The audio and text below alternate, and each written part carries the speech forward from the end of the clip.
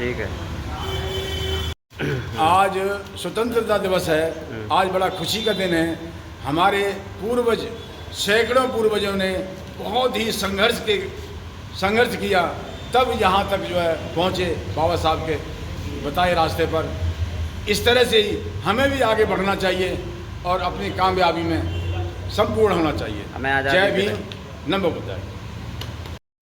ठीक है जी। तो आज हमारा स्वतंत्रता दिवस 15 अगस्त मना रहे हैं। इससे हमारे पूर्वजों ने बनाया था और ये कानून, भारत का जो कानून बना था 15 अगस्त दिन स्वतंत्रता को लागू किया गया था। इसको सुरक्षित रखिए।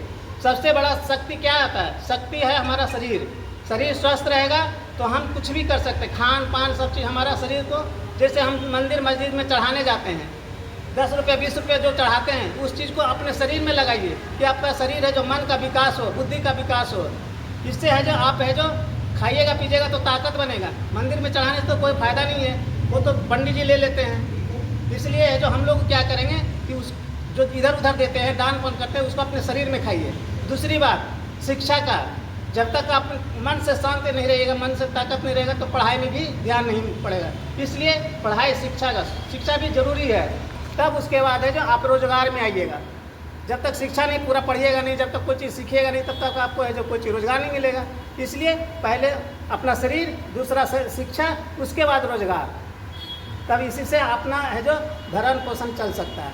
नहीं तो पहले के जो ऐसे लोग थे उसी तरह से रहिएगा, आपको भी ना नौकरी मिलेगी, ना कोई चीज़ बोल सकेगा, कोई भी आपको दबा देगा, कोई भी सुन करके रह जाएगा। इसलिए अपने शरीर का और शिक्षा का और रोजगार का ध्यान दीजिएगा तो आप संसार में खुशहाल रहिएगा। धन्यवाद।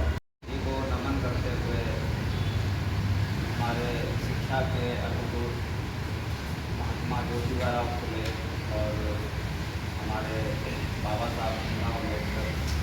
इससे पहले मैं और थोड़ा सा जानना चाहूँगा हमारे संत शिरोमणि श्री गुरु रविदास और हमारे बाबा साहब भीमराव अम्बेडकर, माननीय साहब काशीराम जी, और अभी हमारे बहुजन समाज पार्टी की सुप्रीमो बहन कुमारी मायावती जी जो हमारी राष्ट्रीय अध्यक्ष हैं, और सभी हम सभी महापुरुषों को नमन करते हैं और सभी हमारे जो आए हुए अतिथिगण और सम्मानित मंच सभी लोग।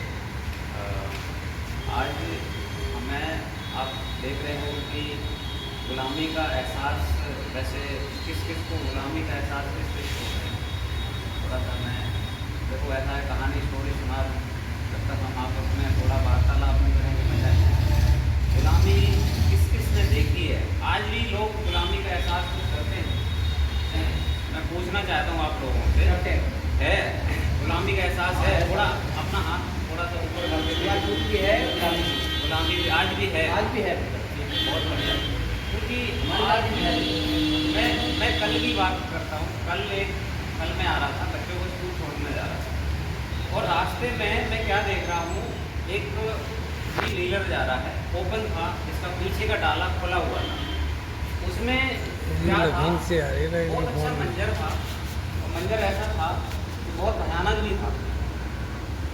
मतलब देखने और समझने वालों के लिए बहुत कुछ था। वो बहुत इतना मैसेज दे गया कि वो मैं आपके सामने शेयर करता हूँ। उसमें जो फार्मी मुर्गे थे, क्या थे? फार्मी मुर्गे। और फार्मी मुर्गे चले जा रहे थे, कोई पिंजड़ा नहीं था, मुर्गों के पंख थे और कोई पिंजड़ा नहीं था। मुझे देखकर बड़ा आश्चर्य हुआ। और किस लिए जा रहे थे? आप लोग भली भांति जाते, मुर्गे किस लिए जा रहे होते हैं? इधर उधर काटने के लिए, काटने। ठीक। मुझे इतना धक्का लगा कि हमारा पूरा समाज, समझ रहे हो ना, पूरा समाज कांग्रेस के साथ इसी तरह लगा रहा, और कांग्रेस हमारे समाज को आहार बनाती है। एससी समाज का जो रिजर्वेशन था उनको उस हिसाब से आज तक नौकरियां नहीं, भेदभाव किया और सिर्फ वोट लेने तक सीमित रखा। और जो बैकवर्ड समाज है उसको उन्होंने रिजर्वेशन ही नहीं दिया। ऐसे ही ठीक है, ऐसे ही आज बीजेपी कर रही है। और बीजेपी में हमारे समाज की सेम बिल्कुल यही हालत है। अपनी नैया पार कर लेगा। क्या? शिक्षित बनो, संगठित रहो और संघर्ष करो। संघर्ष कर लोगे तो राज आ जाएगा, क्योंकि जनसंख्या आपकी ज़्यादा है, देश आपका है, सब कुछ है। तो हम शिक्षित बनो, संगठित रहो और संघर्ष करो। संघर्ष कर लोगे, संघर्ष मतलब अपना राज जो बेईमानों ने तुमसे ले रखा है वो छीन लो। और जब राज छीन लोगे तो हमारे शिक्षा हमारे पहले बहुत अच्छे थे, यानी कि हमारे नालंदा विश्वविद्यालय, तक्षशिला जैसे बड़े बड़े अच्छे विश्वविद्यालय थे हमारे पास, अच्छे गुरुकुल थे, अच्छी बहुत सारी चीज़ें थी। लेकिन हमारे वो सारे छीन लिए और हमारी पूरी एक षड्यंत्र के तहत उसको हम लोग समझ नहीं पाए।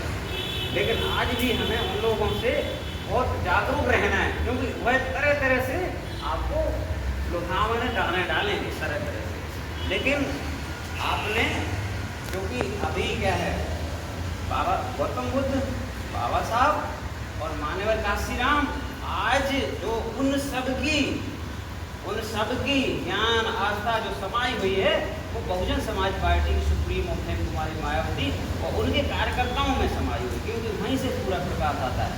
आज आपके लिए सत्ता के लिए बहुत बढ़िया द्वार और बड़ा प्लेटफॉर्म खुला है, जिसमें इसको अपनाकर अपनी सत्ता अपने हाथ में ले सकते हैं। उसका थोड़ा सा साथ देकर, थोड़ा सा आप लोगों को संगठित करके अपनी गली गली में, मोहल्ले में या जहाँ भी जाओ, जहाँ कार्य क्षेत्र है वहाँ पर बाबा साहब की बात करो, बहन कुमारी मायावती जी की बात करो, काशीराम जी की बात करो, महात्मा गौतम बुद्ध की बात करो, जिन्होंने आज तक चिड़िया नहीं मारी। लोगों ने ऐसे मैं कहना नहीं चाहूँगा, ऐसे लोगों की पूजा करते हैं जिन्होंने कत्लेआम किए। लेकिन हमारे महापुरुष इतने शुद्ध और पवित्र हैं, उनको बताओ कि जिन्होंने आज तक किसी की चिड़िया नहीं मारी। और हमेशा भारत तो हो ही नहीं, भारत अकेला नहीं है, हमारे विश्व के ऐसे कई राष्ट्र उनकी बात को मान के आज भी तरक्की और डेवलप कर चुके हैं। ठीक है, तो अपनी तरक्की कर चुके हैं, उनकी बात मानकर, तो हमें भी उनकी बात मानकर अपने तरक्की उन्नति कर लेना चाहिए। ठीक है, अब मैं इसी के साथ में अपनी वाणी को विराम देता हूँ और आशा करता हूँ कि आप लोग मेरी बात मानो या ना मानो, लेकिन महापुरुषों की बात मानकर अपने राष्ट्र को, अपने समाज को, अपने बच्चों के भविष्य को बचा लो। ठीक है, जय भीम, नमो बुद्धाय।